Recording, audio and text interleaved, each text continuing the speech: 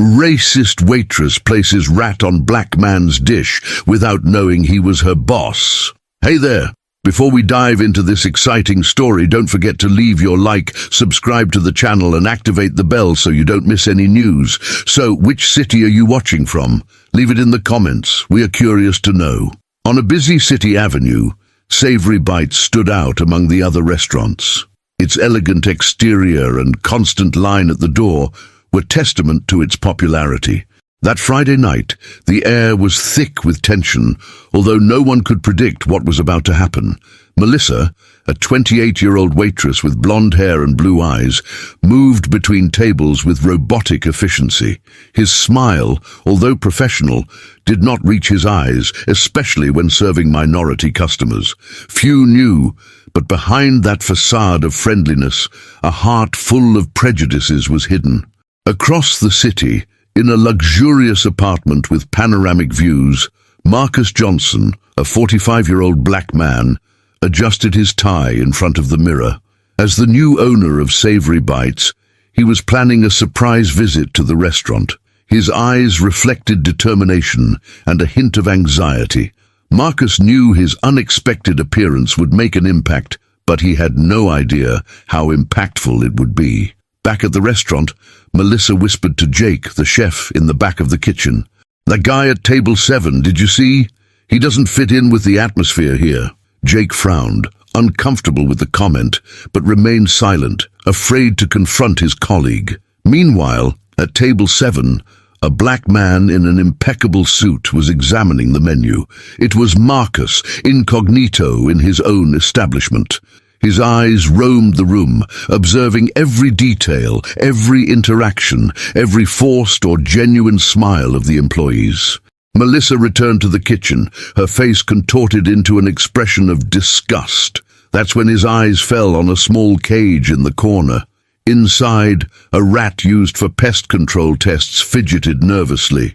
A dark thought crossed his mind, and an evil smile formed on his lips, revealing the darkness that lived in his heart. With a quick, stealthy movement, she opened the cage, looking around to make sure no one was watching her. "Showtime," she muttered to herself, holding the animal with a mixture of revulsion and evil determination. The tension in the air was palpable, heavy like a storm cloud about to collapse. Marcus, oblivious to the imminent danger, awaited his order, his fingers drumming gently on the polished wooden table. Melissa approached with a covered plate, her heart racing with the adrenaline of her cruel plan. What happened next would forever change the course of their lives and Savory Bites. The stage was set for a confrontation that no one could have predicted, a moment that would test the limits of humanity, forgiveness, and justice. The consequences of this act of hate would reverberate far beyond the restaurant's walls, setting off a series of events that no one could have anticipated. Savory Bites wasn't just a restaurant, it was a microcosm of society, a stage where the complexities of human relationships unfolded daily. Founded 3 decades ago by Italian immigrants, the establishment had passed through several hands until reaching Marcus Johnson, its current owner. Marcus, the son of a janitor and a maid, grew up in the city's suburbs. From an early age, he faced prejudice and discrimination, but his determination and intelligence took him far. He graduated with honors in business administration and over the years built an empire in the gastronomy sector. The acquisition of Savory Bites was the crowning achievement of his career, a symbol of his success against all odds. Melissa, on the other hand, came from a middle-class family, raised in an environment where prejudice was veiled but constant. His parents, although never openly racist, always expressed discomfort with the growing diversity in the neighborhood. This atmosphere silently shaped Melissa's worldview, creating deep roots of intolerance that she herself did not fully understand. The restaurant itself was an amalgam of styles, reflecting its diverse history. The dark wood floors contrasted with the exposed brick walls, where black and white photographs of the city through the decades hung. Crystal chandeliers cast a soft light over the white tablecloth tables, creating an atmosphere of casual elegance. In the kitchen, Jake, the 35-year-old chef, was the beating heart of Savory Bites. A graduate of a prestigious culinary school, he brought a genuine passion for gastronomy and a deep respect for cultural diversity. His team was a mosaic of nationalities, each member contributing unique techniques and flavors to the restaurant's eclectic menu. Among the regular customers, Mrs. Rosenberg stood out, a 70-year-old woman who dined alone every Wednesday, always ordering the same grilled salmon dish. Her husband had passed away 5 years ago, and Savory Bites was her connection to the memories of the dinners they shared. She watched everything with a keen eye, often being the first to notice subtle changes in the employees' moods. On that fateful night, the restaurant was particularly busy. A group of executives occupied a large table in the center, their occasional laughter punctuating the constant hum of conversation. In the more discreet corner, a couple of lovers exchanged passionate glances over glasses of red wine. Marcus's presence, although incognito, did not go unnoticed. Some customers cast curious glances in his direction, intrigued by his confident posture and impeccable suit. For them, he was just another distinct customer. To Melissa, she was a nuisance, an anomaly in her carefully segregated world. The normally welcoming atmosphere at Savory Bites was filled with an underlying tension that night. It was as if the air itself was aware of the drama about to unfold, the molecules vibrating with nervous energy. As Melissa prepared for her act of cruelty, other smaller dramas unfolded around her. At the table next to Marcus, a young couple argued in tense whispers about finances, their pinched expressions betraying the weight of unspoken concerns. Near the entrance, a group of friends were celebrating a promotion, their enthusiastic toasts contrasting with the tense atmosphere surrounding Melissa and Marcus. Jake, in the kitchen, felt an inexplicable restlessness. His years of experience told him something was out of place, but he couldn't put his finger on it. He watched Melissa with increasing suspicion, noticing her erratic movements and the strange gleam in her eyes. As the night progressed, each character on this urban stage moved inexorably toward the moment that would change everything. Marcus, unknowingly, was about to face not only an act of explicit racism, but also a test of his character and leadership. Melissa, blinded by her prejudices, didn't realize she was on the brink of a moral abyss from which she might never recover. Savory Bites, more than ever, was about to become the epicenter of an event that would echo far beyond its walls, challenging perceptions, testing alliances, and possibly offering a chance for redemption and change. The night at Savory Bites continued, seemingly normal, but the tension grew silently, like a rope being stretched to its limit. Melissa, with her heart racing and her hands slightly shaking, was preparing to serve the dish to the man at table 7, Marcus, still incognito. As she approached the table, Melissa felt a sudden hesitation. For a brief moment, the voice of his conscience tried to make itself heard, questioning the morality of his actions. But years of entrenched prejudice quickly stifled that voice. With one fluid movement, she placed the covered plate in front of Marcus. "Your special request, sir," she said, with a forced smile that didn't reach her eyes. Marcus, intrigued by the mention of a special request he hadn't made, politely thanked her. When Melissa walked away, he lifted the lid of the plate. What followed was a moment of pure shock and horror. In the center of the plate, among the grilled vegetables and steak, was a dead rat, its glassy eyes fixed in a blank stare. Time seemed to freeze. The sounds of the restaurant disappeared, replaced by a deafening ringing in Marcus's ears. His mind struggled to process what his eyes saw. At that moment, Jake, who was watching the scene from the kitchen entrance, realized that something was terribly wrong. He ran toward the table, arriving just as Marcus finally found his voice. "What does that mean?" Marcus's voice was low, controlled, but filled with a contained fury that made the hairs on the back of Jake's neck stand up. Melissa, who was watching from afar, felt a wave of perverse satisfaction, immediately followed by a chill down her spine. Something about Marcus's posture, the authority of his voice, made her realize that she had made a terrible mistake. Jake, horrified, began to apologize profusely. "Sir, I don't know how this happened. We never—" It was at that moment that Marcus stood up, his presence sudden and imposing. "Call the manager, now!" The entire restaurant had fallen into a sepulchral silence. All eyes were fixed on the unfolding scene. The manager, a middle-aged man named Robert, hurried toward the table, his face pale with worry. "Sir, what's going on here?"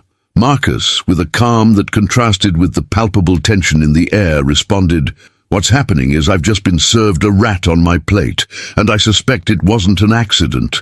Robert looked at his plate, then at Melissa, who was visibly shaking now. "Melissa, can you explain this?" Before she could respond, Marcus intervened. "Before any explanation, I think it's time to reveal who I am." He turned to face the entire restaurant. "My name is Marcus Johnson. I am the new owner of Savory Bites."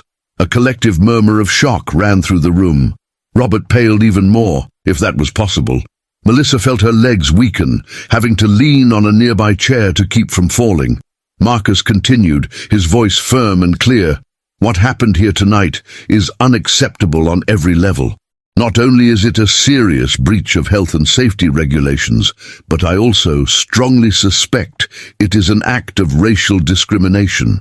He turned to Melissa, who now looked diminished. All her previous arrogance evaporated.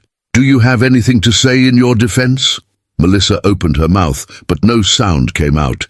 Tears began to stream down his face, not from regret, but from fear of the consequences of his actions. Jake, gathering his courage, took a step forward. "Mr. Johnson, I suspect this was intentional. I saw Melissa acting strangely in the kitchen earlier." The silence that followed was deafening. Marcus looked around, at the shocked faces of the customers, at the kitchen staff who were now crowding the door, at Robert, who looked like he was about to faint. "This goes far beyond an isolated incident," Marcus stated. "What happened here tonight is a reflection of deeper problems in our society, problems that cannot be ignored or swept under the rug." He paused, his eyes scanning every face in the restaurant. "Starting tomorrow, there will be significant changes at Savory Bites. This is not just an issue of a problematic employee, but a culture that allowed this to happen." The conflict had reached its peak, but was far from being resolved. The ramifications of this incident would extend far beyond that night, affecting not only Savory Bites, but potentially the entire community. As the main confrontation between Marcus and Melissa unfolded, other stories began to intertwine, adding layers of complexity to the situation. Jake, the chef, found himself in a moral dilemma. On one hand, he was horrified by Melissa's actions and knew he needed to support Marcus. On the other, he wondered why he hadn't noticed or confronted Melissa's prejudiced behavior sooner. This incident forced him to question his own passive complicity. "Mr. Johnson," Jake said, stepping forward, I feel like I should apologize too. I noticed Melissa's behavior before, but I never said anything. I'm just as responsible as she is." Marcus looked at Jake, recognizing the courage it took to make that admission. "I appreciate your honesty, Jake. We'll discuss this later. Right now, we need to deal with the immediate situation." Meanwhile, among the customers, Mrs. Rosenberg, the regular elderly customer, watched everything with sharp eyes. She slowly got up from her desk and approached Marcus. "Young man," she said, her voice shaky but firm, "what happened here tonight is unforgivable. But know that not all of us share these hateful prejudices. This restaurant has been my home away from home for years, and I would be devastated if it closed because of one person's actions." His words added a new dimension to the conflict, reminding everyone that the consequences would extend beyond those immediately involved. Robert, the manager, struggled with his own set of emotions. He always considered himself a good boss, fair and attentive. But now, faced with this situation, he wondered how he had failed so miserably to notice and address bias on his team. "Mr. Johnson," he stammered, "I take full responsibility for this. I should have paid more attention. I should have created an environment where this type of behavior was unacceptable. Marcus nodded gravely. Yes, Robert, you should. And this is something we will need to address extensively. As the tension in the restaurant reached its peak, an unexpected subplot emerged. One of the customers, a local journalist named Sarah, who was quietly dining in a corner, had captured the entire scene on his phone. Sarah approached Marcus, her journalistic instinct momentarily overcoming her shock. Mr. Johnson, Sarah Martinez of the City Gazette. Would you like to make a statement about what happened here tonight? The presence of the media added a new layer of pressure to the situation. Marcus realized that his next words and actions wouldn't just affect Savory Bites, but could have a much larger impact on the community. Miss Martinez, Marcus replied calmly, what happened here tonight is a reflection of deeper problems in our society. I'm not ready to make an official statement, but I can say that I will use this experience as an opportunity for positive change, not just in this restaurant, but in the community as a whole. Meanwhile, Melissa, still shaking and crying silently, was a study in contradictions. Fear and regret were clearly visible on his face, but there was also a spark of anger and resentment in his eyes. His journey was far from over, and the road to redemption, if there was one, would be long and difficult. As the night progressed, it became clear that the incident at Savory Bites had become a catalyst for a much larger conversation about race, responsibility, and reconciliation. Every person present, employees, customers, and now even the media, would have to examine their own attitudes and biases. Marcus, at the center of it all, knew that his next decisions would shape not only the future of the restaurant, but potentially the conversation about racism throughout the community. The pressure was immense, but he was determined to turn this terrible experience into an opportunity for real and lasting change. The silence that followed Marcus's statement to the journalist was broken by an unexpected sound. Applause. It started slowly, with a single pair of hands, and soon spread throughout the restaurant. Customers stood up, expressing their support for Marcus and his stance against racism. This moment of collective solidarity marked a crucial turning point. What began as a horrific incident of discrimination was turning into an opportunity for unity and change. Marcus, surprised and moved by the reaction, raised his hand to calm the crowd. Thank you all. But this is not a time for celebration. It is a time for reflection and action. He turned to Melissa, who seemed to have shrunk even more under the weight of the disapproving looks.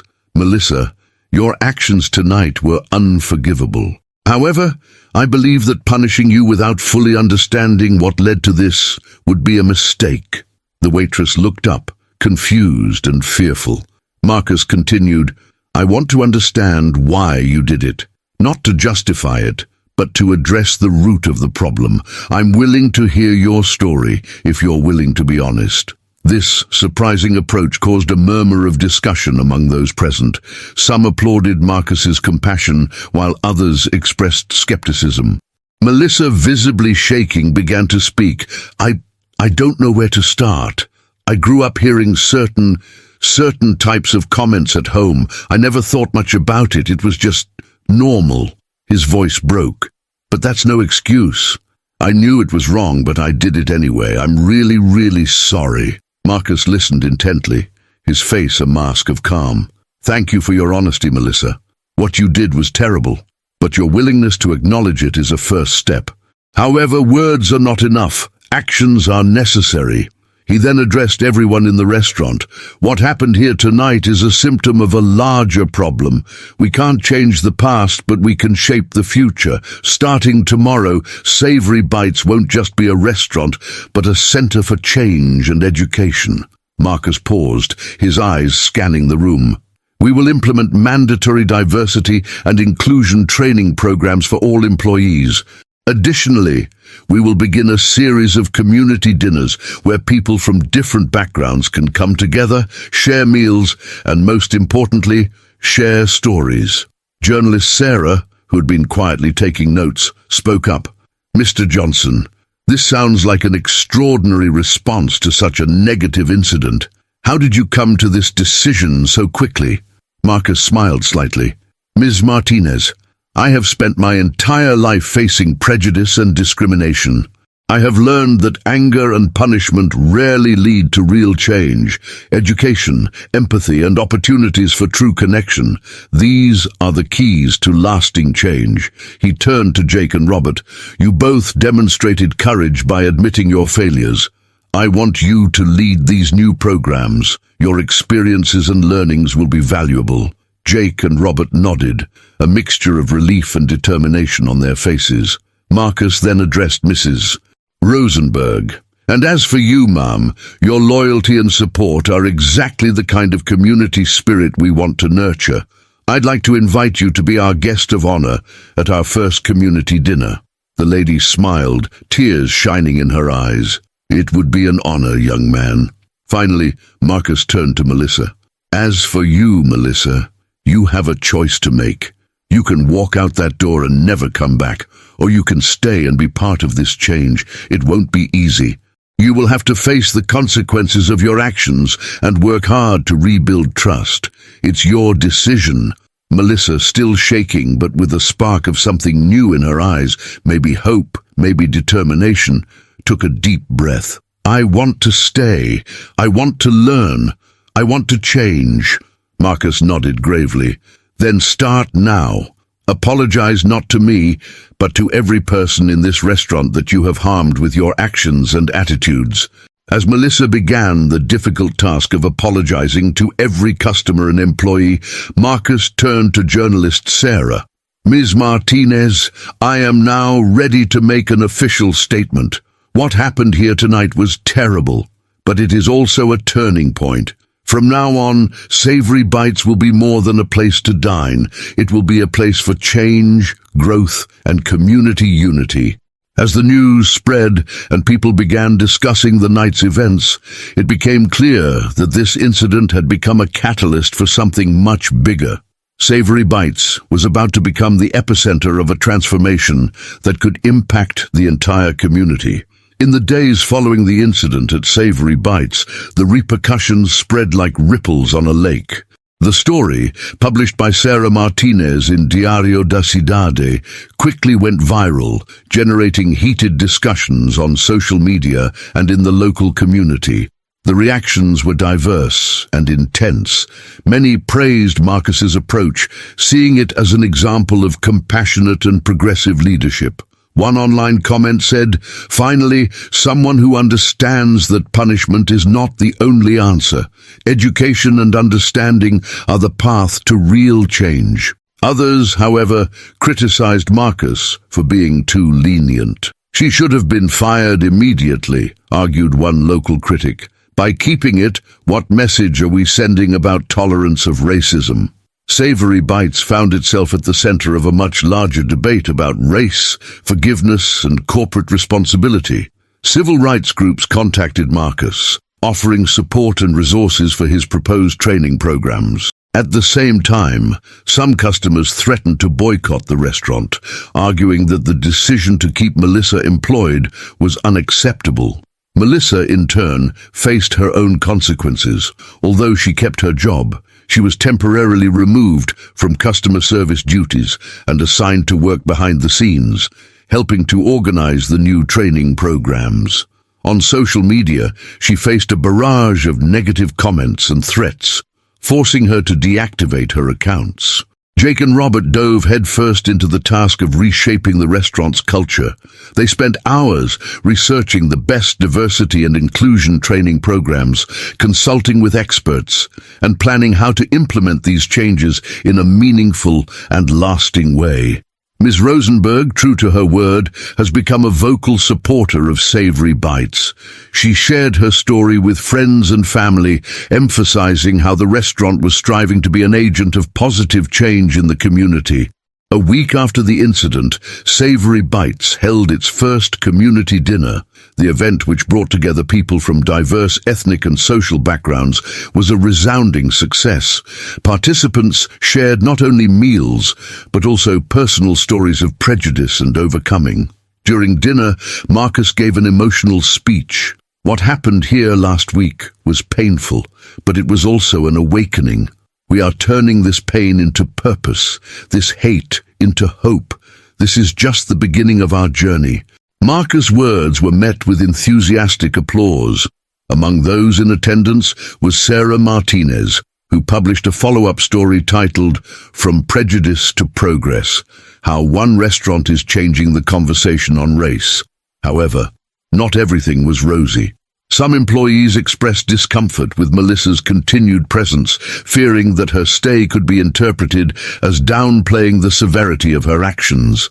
Marcus had to carefully navigate these concerns, balancing the need for accountability with the opportunity for redemption.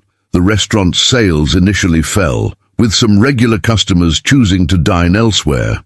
However, as the Savory Bites story spread, new customers began to appear, drawn by the promise of a dining experience that went beyond the food.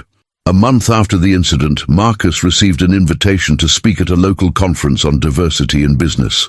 His innovative approach to addressing racism in the workplace had caught the attention of business leaders and social activists. As he prepared for his speech, Marcus reflected on the turbulent weeks that had passed. The road ahead was still long and full of challenges, but he was more determined than ever to transform Savory Bites into a model of inclusion and positive change. The restaurant's story was far from over. In fact, it felt like a new chapter, full of possibility and hope, was just beginning. 3 months had passed since the incident at Savory Bites, and the restaurant had become a symbol of transformation and growth in the community. The changes implemented by Marcus Johnson were not just superficial, but profound and lasting. Melissa, the waitress at the center of the initial controversy, went through an intense journey of self-reflection and education. Initially relegated to behind-the-scenes duties, she gradually began interacting with customers again, all under close supervision. His progress has been remarkable, but not without challenges. There were days when I wanted to give up, Melissa confessed during a training session. The suspicious looks, the whispered comments, it was hard to bear. But then I would remember the harm I had caused and the opportunity I had been given. It kept me moving forward. Marcus watched Melissa's growth with caution, but also with hope. Real transformation takes time, he reflected. We're not just changing behaviors, we're deconstructing years of internalized prejudices. The diversity and inclusion training program led by Jake and Robert has become a model for other businesses in the area. They brought speakers from diverse backgrounds to share experiences and perspectives, creating a rich and multifaceted learning environment. One day, during one of these training sessions, Jake had an epiphany. I've always considered myself an open and tolerant person, he shared with the team, but this process showed me how many unconscious biases I carried. It's a constant journey of self-examination and growth. Savory Bites' monthly community dinners have become highly anticipated events in town. People from all backgrounds gathered not only to enjoy delicious food, but to participate in frank and often challenging discussions about race, identity, and inclusion. During one of these dinners, Ms. Rosenberg, now a beloved figure at the restaurant, shared her own story of surviving the Holocaust. I've seen the worst of humanity, she said, her voice trembling with emotion. But what I see here, in this restaurant, gives me hope. We are learning to see ourselves as human beings first, above all else. Savory Bites' impact extended beyond its walls. Inspired by Marcus's initiative, other local entrepreneurs began to implement similar programs in their establishments. The city has seen an increase in intercultural dialogue and a decrease in reported incidents of discrimination. Marcus, however, was aware that the work was far from over. Complacency is the enemy of progress, he frequently reminded his team. We must continue to challenge ourselves, question our assumptions, and look for ways to be more inclusive. A particularly powerful moment occurred when Melissa, after months of hard work and self-reflection, asked to speak at one of the community dinners. With a shaky but determined voice, she shared her journey. "I was the problem," she began, looking directly at the diverse audience. "My racism, my ignorance, my hatred. But thanks to the compassion and opportunity I've been given, I'm learning to be part of the solution. Every day is a struggle, but every day is also an opportunity to be better than I was yesterday." His speech was met with initial silence, followed by emotional applause. Many in the audience had tears in their eyes, moved by Melissa's raw honesty and tangible evidence of change. Savory Bites also faced external challenges. Some critics remained skeptical, arguing that the changes were just for public relations. Marcus responded to these criticisms with transparency, inviting skeptics to visit the restaurant and see for themselves the transformations underway. Journalist Sarah Martinez, who had followed the story from the beginning, published a series of articles documenting the evolution of Savory Bites. "What we are witnessing here," she wrote, "is more than the transformation of a restaurant. It is a microcosm of how we can address systemic racism in a meaningful and sustainable way." As Savory Bites prepared to mark the 6-month anniversary of the incident that changed everything, Marcus reflected on the journey. The restaurant wasn't perfect, and there was still a lot of work to be done. But looking at his diverse staff, at the diners of all backgrounds who now filled the tables, and at the palpable sense of community that had been created, he felt a surge of pride and hope. "We turned a crisis into an opportunity," Marcus thought. "But the real test will be to keep this momentum, keep growing and inspiring others to do the same." Savory Bites had become more than a restaurant. It was a lighthouse of hope. A living example of how to face racism with compassion, education, and concrete action could lead to real and lasting change. In the extent that the incident's first anniversary was approaching, Savory Bites was preparing for a special event that would mark not only the transformation of the restaurant, but also its impact on the community. Marcus Johnson planned a charity gala dinner with profits for anti-racism education programs in local schools. Behind the scenes, tension and expectation were palpable. The whole team was committed to making this event a success, aware that the eyes of the city, and possibly in the country, would be focused on them. Jake, now executive chef and director of diversity training, ran from side to side in the kitchen, ending a menu that celebrated the city's cultural diversity. "Each dish tells a story," he explained to his sous chefs. "We want people to feel the richness of our different inheritances in each fork." Melissa, who had significantly progressed throughout the year, was designated to lead the service team during the event. It was a position of great responsibility and confidence, a final test of his journey of redemption.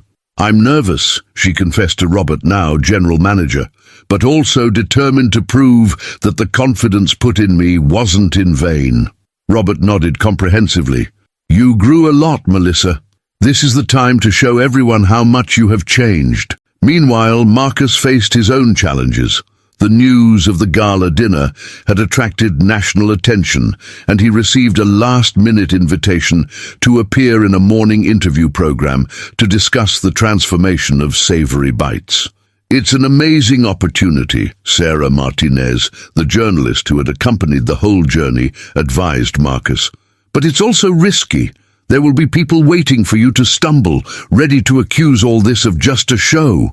Marcus knew she was right. Every word he said would be scrutinized. The pressure was immense, but he was prepared. "Our story is genuine," he replied. "We are not perfect, but we are genuinely trying to make a difference. That's what I will share." On the eve of the great event, unexpected news shook the team. A group of activists announced plans to protest in front of the restaurant during the gala dinner. They argued that Savory Bites was profitable with racism and that Melissa should have been fired. The news caused waves of anxiety among the team. Melissa, in particular, was shaken. "Maybe they are right," she said, tears in her eyes. Maybe I don't deserve this second chance. It was Mrs. Rosenberg, guest of honor for the event, who intervened. My dear, she said, holding Melissa's hands, the real test of change is not the absence of criticism, but as we respond to them. You did the hard work. Don't let the voices of skepticism turn out your light. Marcus gathered his team for an emergency meeting. Tomorrow will be a test for all of us, he said, looking into their eyes. There will be people who doubt our sincerity, who question our journey, but we know the truth of our progress. Tomorrow, we will not just serve a dinner. We will serve hope, transformation, and the promise of a better future. Marcus's words lighting a flame of determination on each team member. They spent the rest of the night in the final preparations, each committed to making the event a success, not just for the restaurant, but to everything he had even represented. As the sun was on the eve of the big day, Savory Bites was unrecognizable compared to a year ago. The tables were set, the zombie cuisine of activity, and in the air hovered a mixture of nervousness and hope. Marcus made one last round for the restaurant, checking every detail. Stopping at the entrance, he took a deep breath, aware that the next day could define not only the future of Savory Bites, but potentially influence national dialogue on race and redemption. The stage was set up for an event that promised to be much more than a simple gala dinner. It was the culmination of a year of struggle, growth, and transformation, and the beginning of a new chapter in the history of Savory Bites and everyone involved. The day of the gala dinner finally arrived. Savory Bites shone under the lights of the night, his facade decorated with elegance and purpose. Outside, a small multitude of protesters gathered, high posters and high voices in protest. Marcus Johnson, impeccable in his suit, arrived early to make the last preparations. He observed the protesters with a mix of understanding and determination. They have the right to be here, he told Robert. Our answer will be to show, not just say, how much we change. Dean, as the guests began to arrive, passing through protesters with curious eyes, the atmosphere inside the restaurant was of nervous anticipation. Melissa, in her newly designed uniform, took a deep breath before she started receiving the first customers. Good night and welcome to Savory Bites, she said, her firm voice despite her nervousness. To his surprise, many guests recognized it, some offering words of encouragement. In the kitchen, Jake led his team with precision and passion. Each dish that came out was a work of art, a fusion of flavors that told the history of diversity of the city. As the hall filled, Marcus noticed family and new faces, community leaders, local entrepreneurs, and even some declared restaurant critics were present.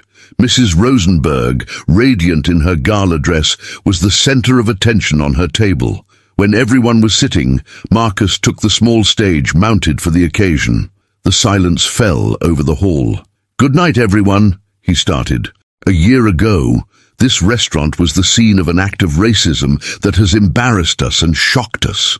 Today, we are here not to forget that moment, but to show how we choose to grow from it.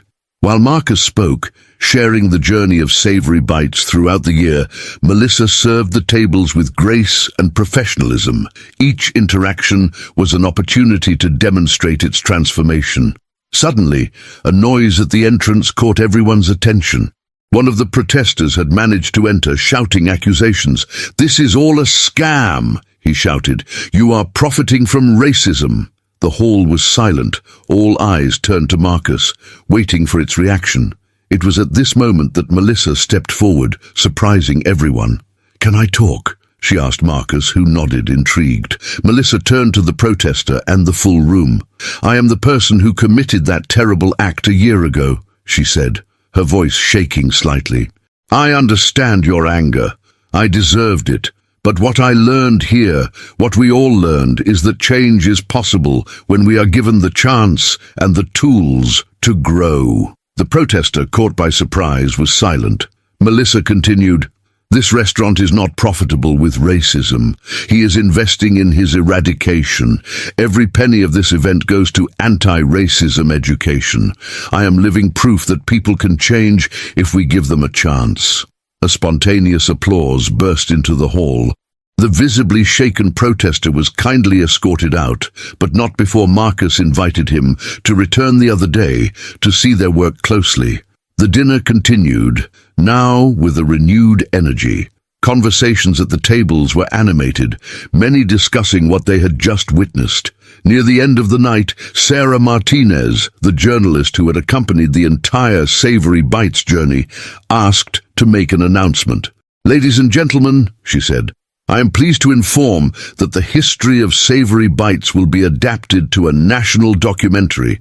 The world needs to see this example of how we can address racism in a constructive and transforming manner." The news was received with enthusiastic applause. Marcus, thrilled, embraced his team. "This is bigger than all of us," he said. "It's about showing that change is possible, that we can create a better world, a plate at a time."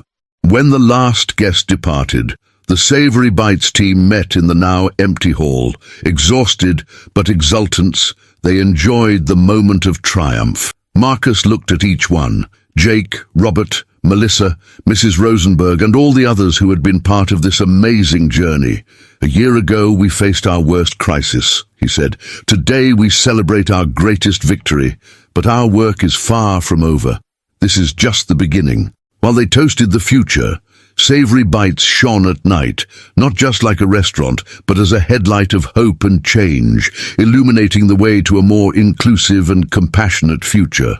Savory Bites found himself at the center of a wave of positive changes that spread far beyond its walls. The documentary announced by Sarah Martinez began to be produced, bringing filming teams to the restaurant.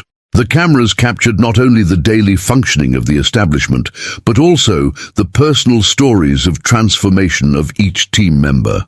Melissa, in particular, has become a powerful symbol of change and redemption. His frank and exciting interviews about his journey of overcoming racism played many hearts. Community schools and organizations have begun to invite her to share her story, hoping to inspire others to face her own prejudices. Jake, with his diversity training program, was requested by other restaurants and companies in the city. What started as an internal initiative of Savory Bites was now turning into a model for the entire hospitality industry. Mrs. Rosenberg, with her wisdom and compassion, has become a dear figure, not only in the restaurant, but throughout the community. His project of connecting Holocaust survivors with young people to share stories and tolerance lessons gained momentum, inspired by the success of Savory Bites. Marcus Johnson, in turn, was invited to speak at national conferences on ethical leadership and organizational transformation.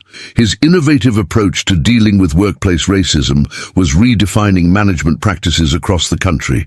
The impact of Savory Bites also extended to local politics. Inspired by the restaurant's success, community leaders have begun to implement racial awareness and diversity training programs in schools and public institutions. However, not everything was rosy. The restaurant still faced occasional challenges such as skeptical customers or isolated prejudice incidents, but the team, now united and strengthened by their shared journey, was well equipped to deal with these situations in a constructive and educational way. A year after the original incident, Savory Bites was not just a prosperous restaurant, but a living symbol of transformation and hope. The tables were always full, not just customers looking for good food, but of eager people to be part of something larger, a community committed to positive change. On a quiet night, after working hours, Marcus gathered his team for a reflection. "Look where we arrived," he said, his gaze walking through the smiling faces around him. "We have turned a crisis into an opportunity, but our journey is far from over. Each day is a new chance to make a difference, to show the world that change is possible." As they hugged, thrilled and grateful, it was clear that Savory Bites had become much more than a simple restaurant. It was a testimony of the power of compassion, education, and collective action in the struggle against racism. It was living proof that even in the darker circumstances, there is always room for growth, forgiveness, and transformation.